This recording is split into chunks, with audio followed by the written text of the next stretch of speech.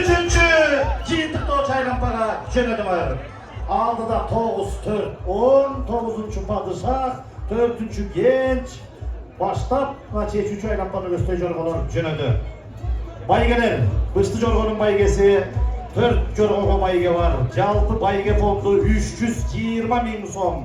Birinci gelgen Bıştı jorgoga 140 bin so'm.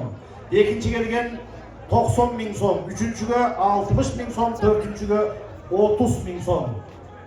Jalpı bayge fondu 320 bin. Bunun 260 bini direksiya tarafından, jana 60 bini Gülsarı Jorgo Federasyası tarafından.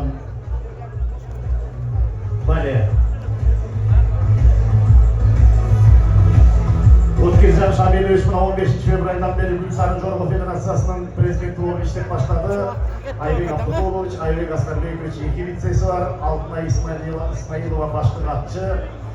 Boğuz bayramlarında Jorgo oyunlarına 750 bin so'm demirçilik kolda görsetdi. Bunlardan жақсы көрсөткүч. Құдай буйрса Jorgo Federasyası'na prezident oldu. Ondan keyin de Kırgızistan'ın Birikken Güreş Federasyası'nın birinci vitse-prezidenti oldu.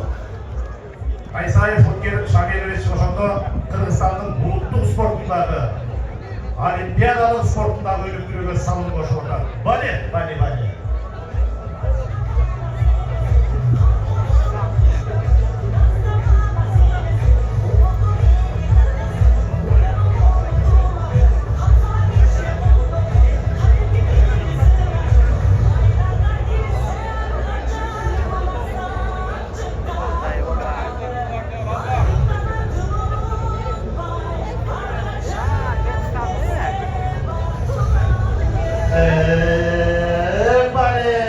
Türk bayge alıştır olan kararıdır. Bir kalamalı. Bündür ömrüm olsa düştüğüne Jorgo bin. Buna Jorgo Federasyası akıbı açılgan üzülür 3 yıldan beri zor iyilikler zarattı. Ötürcülü Kırgız Jorgoları Kazakistan'da da mutlu iyilikler zarattı gelgen.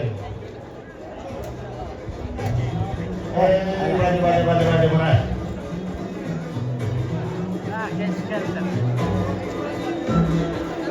Oh.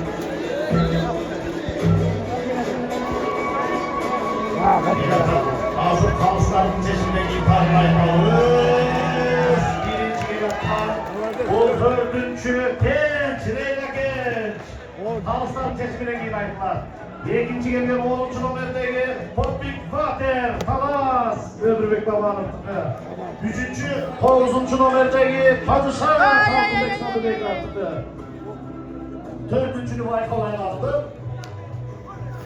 Birinci numara Gilza, Abdullah Nazır Kıçarması.